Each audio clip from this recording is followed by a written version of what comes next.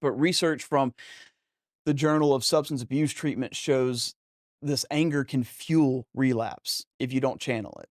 But if you do, it's rocket fuel for change. Anger is probably the one that I struggle with the most, if I'm being honest. Anger anger again, just like denial, just like most of these stages of grief, right? If you're not willing to process it, puts you in this state of victim mentality. And as we learn through the 12 steps, as we learn just through life in general, as you learn through any type of psychology, digging into yourself, when you stay in that victim mentality, you never grow. The victim never grows in any stage, right? You could be 12 years old, you could be 80 years old. If you're going to remain the victim, which part of this grief is putting you in the victim mentality, you're never going to grow. And anger is a shield.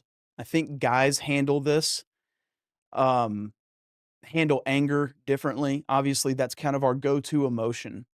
It's easier for me to be mad at something. It's easier for me to put a hole through a wall out of anger than it is for me to wrestle with the stirred up, messy emotions. Society has programmed us this way in a sense too. It's generational, right?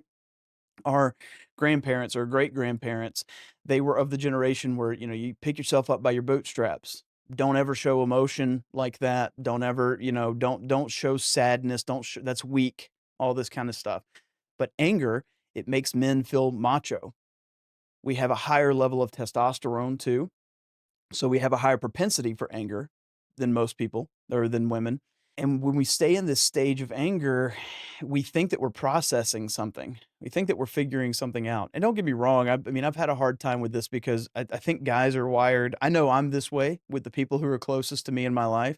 Very rarely do we get to a point where we have a problem that we can't resolve. But if we did, if we got to that point, we could step out to the front yard, we could swing and knock each other out, come to, shake hands, and hug it out, and like we're good. Guys are very simple in that manner.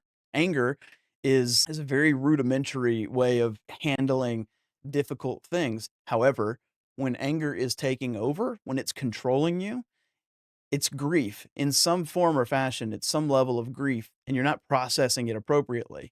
Now, I'm not one of these. Maybe I'm going to be a terrible psychologist.